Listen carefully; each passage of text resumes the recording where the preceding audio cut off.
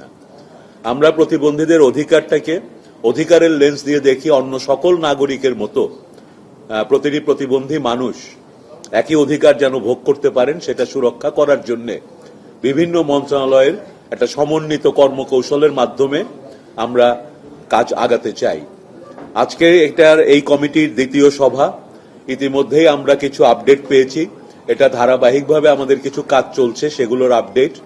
তার মধ্যে উল্লেখযোগ্য যেমন ইতিমধ্যেই রেলওয়েতে প্রত্যেকটি ক্লাসেই, যে কোনো ক্লাসে আপনি ট্রাভেল করেন, প্রতিবন্ধী মানুষদের জন্য ভাড়ায় 25% ছাড় দেওয়া হয়েছে।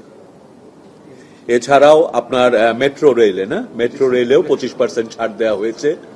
বিভিন্ন নতুন যে স্টেশনগুলো হবে সেগুলোতে প্রতিবন্ধী বান্ধব স্থাপনা তৈরি করা হবে এবং এই যে জার্নিটা মানুষকে করতে হয় বাসে হোক ট্রেনে হোক, সেখানে শুধুমাত্র আমরা র্যাম্পে সীমাবদ্ধ না, পুরো জার্নিটা যেন তার অ্যাক্সেসেবল হয়। টিকেটিং থেকে শুরু করে র্যাম্পের মাধ্যমে যেই বাহনে ওঠা, টয়লেটের ব্যবহার, সবকিছুতে যেন তাদের জন্য গ্রহণযোগ্য থাকে, সেই বিষয়গুলোতে আমরা আলোচনা করেছি। শিক্ষার ক্ষেত্রে আমরা যেমন বিশেষায়িত শিক্ষা প্রতিবন্ধীদের, সেটার ক্ষেত্রে সমাজ কল্যাণ মন্ত্রণালয় বিভিন্ন স্কুল পরিচালনা করে, সেগুলো কিভাবে আরো সুসংগঠিত করা যায় এবং সামনের দিনগুলোতে আপনার সমাজ কল্যাণ মন্ত্রণালয় থেকে বিভিন্ন স্কুলগুলোকে অ্যাসেস করা হচ্ছে, যেগুলোকে সাপোর্ট দিয়ে আরো বেশি পরিমাণ প্রতিবন্ধী শিশুরা যেন গ্রামে গঞ্জে শিক্ষা পায়, সে কাজগুলো আগাচ্ছে। শিক্ষা মন্ত্রণালয় থেকে প্রাথমিক শিক্ষা মন্ত্রণালয়ে আমরা আলোচনা করেছি যে আমরা চাই গ্রামে গঞ্জে রেগুলার যে স্কুলগুলো আছে সেগুলো যেন অ্যাক্সেসেবল থাকে, অর্থাৎ নর্মাল বাচ্চারা যে স্কুলে পড়ছে সেখানেও যদি অন্য আরেকটি বাচ্চা পড়তে আসে যে হয়তো কোনো কারণে হুইল চেয়ার ব্যবহার করতে হয়, বাকি সবকিছু তার বুদ্ধি শুদ্ধি সবই ঠিক আছে, আজকে কিন্তু সেই পরিবেশে অনেক জায়গায় কিন্তু তারা পাচ্ছে না। ফলে আমরা নিশ্চিত করতে চাই আমাদের মূল ধারার শিক্ষা ব্যবস্থাতেও যেন প্রতিবন্ধী শিশুরা অংশগ্রহণ করতে পারে, পাঠ নিতে পারে। পাশাপাশি কারিকুলামে পরিবর্তন, ব্রেইলের মাধ্যমে তাদের শিক্ষা দেওয়ার জন্য ব্যবস্থা করা, সাইন ল্যাঙ্গুয়েজের ব্যবস্থা করা, এই বিষয়গুলোকে আমরা গুরুত্ব দিচ্ছি। তো আমাদের এই কার্যক্রমটি একটা ধারাবাহিকতা থাকবে। আর পাশাপাশি এই নতুন বছরের বাজেটে বিশেষ করে আমরা সমাজ কল্যাণ মন্ত্রণালয় এবং স্বাস্থ্য মন্ত্রণালয় প্রতিবন্ধী বান্ধব কিছু প্রকল্প গ্রহণ করেছি। এর মধ্যে অন্যতম হচ্ছে আমরা ঢাকায় করাইলে বস্তিতে প্রতিবন্ধী শিশুদের স্বাস্থ্যসেবা এবং শনাক্তকরণের প্রকল্প ইতিমধ্যে উদ্বোধন করা হয়েছে। স্বাস্থ্য মন্ত্রণালয় থেকে দেশের 22টি জেলায় 22টি উপজেলায় প্রতিবন্ধীদের জন্য শিশু স্বর্গ প্রকল্পের মাধ্যমে উপজেলা স্বাস্থ্য কমপ্লেক্সে প্রতিবন্ধী শিশু এবং প্রতিবন্ধী মানুষদের চিকিৎসা সেবা নিশ্চিত করার ব্যবস্থা করা হবে। একইভাবে সমাজ কল্যাণ মন্ত্রণালয় থেকেও ওনারা নতুন বছরে কিছু প্রকল্প নিয়েছেন, সেগুলো সামনের দিনগুলোতে প্রতিবন্ধী বান্ধব সেবা এবং তাদের অধিকার নিশ্চিত করতে কাজে দিবে। তো এই পর্যায়ে আমি মাননীয় সমাজ কল্যাণ প্রতিমন্ত্রীকে অনুরোধ করব ওনার অংশটুকু বলার জন্য। ধন্যবাদ। অনেক ধন্যবাদ। আসলে আমরা সবাই মিলে চেষ্টা করছি আমাদের দেশে যারা প্রতিবন্ধিতা নিয়ে জীবন পার করছেন তাদেরকে তাদের জীবনটা সহজ করার জন্য। ইতিমধ্যে আমাদের মাননীয় প্রতিমন্ত্রী বলেছেন আমাদের যে পরিকল্পনাগুলো এখন আছে ভবিষ্যতে যেগুলো আমরা নেব, আমাদের বটম লাইন হচ্ছে যে আমরা দেশের একজন সাধারণ নাগরিক হিসেবে যত ধরনের সুযোগ সুবিধা পাওয়া যায় এই সুযোগ সুবিধাগুলো একজন প্রতিবন্ধী যেন পায় সেই বিষয়টা আমরা অত্যন্ত আন্তরিকতার সাথে দেখভাল করছি এবং তাদেরকে স্বাবলম্বী হয়ে গড়ে ওঠার জন্য যে সুযোগ সুবিধাগুলো তাদের প্রাপ্যতা আছে সেগুলোকে নিশ্চিত করার জন্য সরকারের পক্ষ থেকে সকল ধরনের আমরা পরিকল্পনা গ্রহণ করছি। ইতিমধ্যে গৃহীত পরিকল্পনাগুলো অনেকগুলো আপনারা জেনেছেন।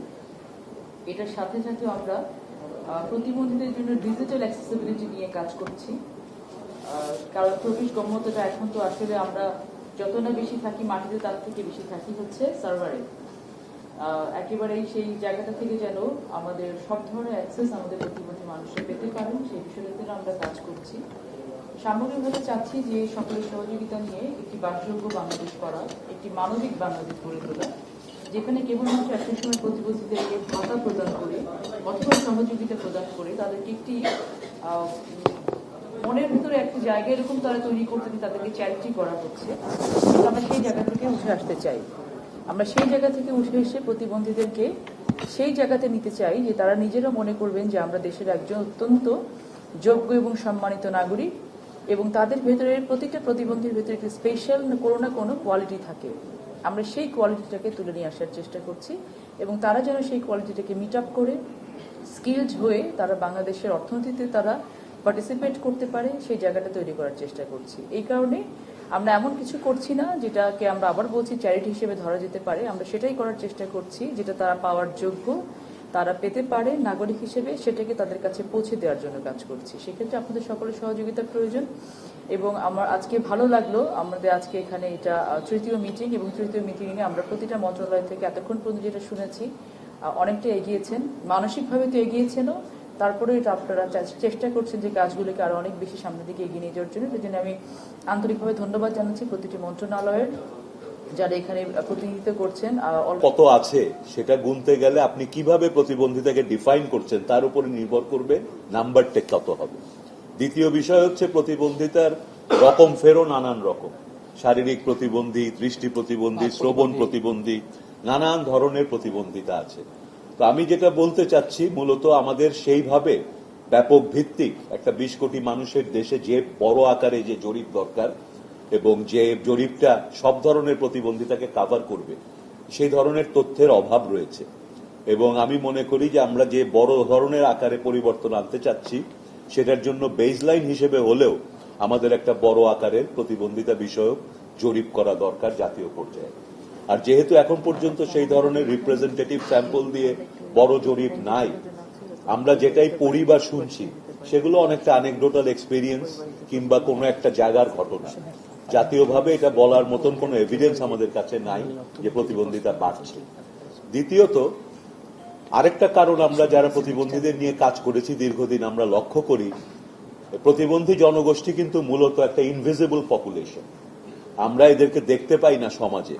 যে বাচ্চাটা শারীরিকভাবে প্রতিবন্ধী, চলতে ফিরতে পারে না, একটা বয়সের পরে ও আর বাইরে আসতে পারে না, কারণ আমার রাস্তা, আমার সমাজ, আমার সমাজের মানুষ, আমার হুইল চেয়ার না থাকা, এই সব কিছু নিশ্চিত করে যে প্রতিবন্ধী শিশু, প্রতিবন্ধী তরুণ ধীরে ধীরে একটা অন্ধকার ঘরে আবদ্ধ থেকে যাবে। এই পরিস্থিতিটা কিছুটা হলেও আস্তে আস্তে আমরা পরিবর্তন আনছি বলে মানুষের মধ্যে সচেতনতা এবং ইতিবাচক মনোভাব আসছে। কিছু কিছু সার্ভিস ডেলিভার্ড হচ্ছে, ফলে কিছু বাচ্চাদেরকে, কিছু প্রতিবন্ধী মানুষদেরকে আগের চেয়ে সমাজে দেখা যাচ্ছে, যে কারণে একটা ধারণা হতে পারে যে প্রতিবন্ধী মানুষের সংখ্যা বাড়ছে কিনা। আমি মনে করি না যে সেরকম ভাবার কোনো কারণ আছে। পাশাপাশি আমাদের এই যে স্টিগমা যদি কাটে, আমরা আরো বেশি প্রতিবন্ধী মানুষকে সমাজে রাস্তাঘাটে দেখতে পাবো, সেটাই হচ্ছে ইনক্লুসিভ সোসাইটি যেটা আমরা করতে চাই, সেটার সূচনা হবে।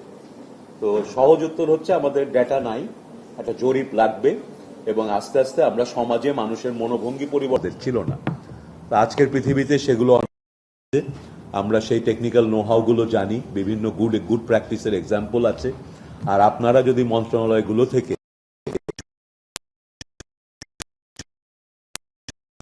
অন্যান্য সকল কাজের পাশাপাশি আরেকটা গুরুত্বপূর্ণ কাজ হিসেবে, তাহলে আমি বিশ্বাস করি, এবং এই বিশ্বাসটার ভিত্তি হচ্ছে আমার গত 30 বছরের অভিজ্ঞতা দেশে এবং দেশে, এই কাজগুলো আমরা